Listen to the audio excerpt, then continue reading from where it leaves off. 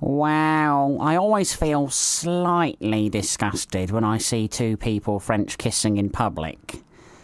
Especially when it's my wife and that bodybuilder guy she works with. Oh, yes, I am. Hugely so. But I am allergic to flowers, unfortunately, which doesn't help. And I do have a phobia of being touched. And my parents were brutally murdered on Valentine's Day. And candles give me diarrhoea. Restaurants bring me out in pustules. Sensible music makes my pelvis collapse. And to me, Rohypnol makes a drink taste like aardvark piss. But apart from that, oh yes, I am, hugely so. I fell in love at first sight. I was, however, very drunk when it happened, and I immediately turned blind, so I'm not too sure what I've wound up with. My friends tell me she looks like Kate Moss, but I'm beginning to have my doubts. Having sex does actually make me feel sick. Physically sick, that is. All the time. And I do projectile, I'm afraid. I do. Always have done. Oh dear.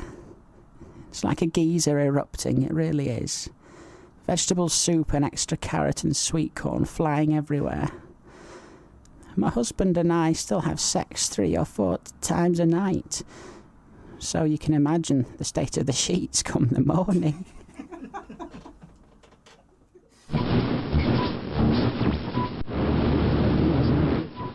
I sent a girl 24 red roses. 1 every day for 24 days. Very romantic, I thought. After the second rose, she notified the police on the grounds of harassment. Unfortunately, I was unable to cancel the order, so the roses just kept on coming. By the time Rose 24 had arrived at her house, my charge had been bumped up so much I was on the level of a serial killer, and I was facing the death penalty. So I'm to be executed today. Next time, I'll only order 1 dozen red roses. Either that or I'll...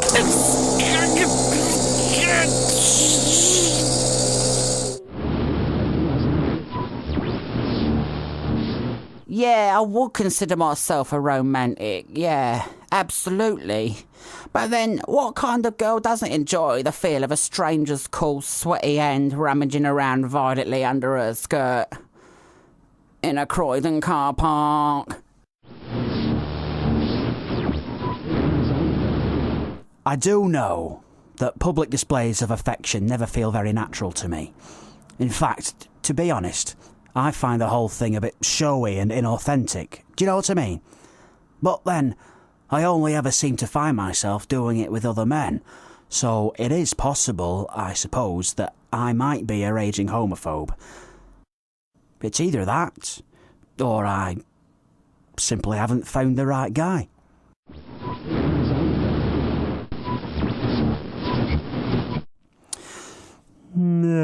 Sadly, the romance kind of left my marriage after my son was born.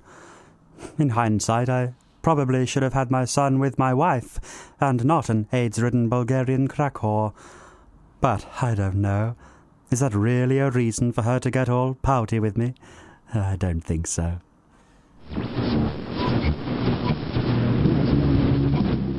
Well, there was this time, when we were with the Maharishi in India. John and Paul, they were off meditating somewhere. So George and myself went for a walk, So we eventually got to this river, where we saw this young Indian girl washing clothes in the water. She was the most beautiful girl I'd ever seen. Absolutely beautiful. So I said to George, I'm gonna sing her a song. And I did. It went... In the town where I was born lived a man who sailed to sea, and he told me...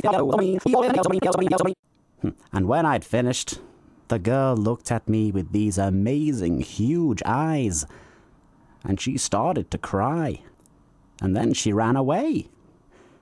It was a beautiful moment. I turned to George, but he'd gone too. I think it may have been a bit too beautiful for him as well.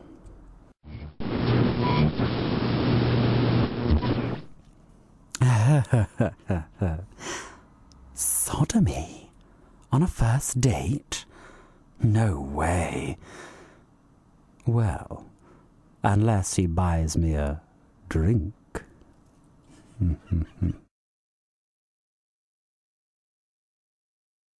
One. I don't know how to do this one. I've exhausted all my women.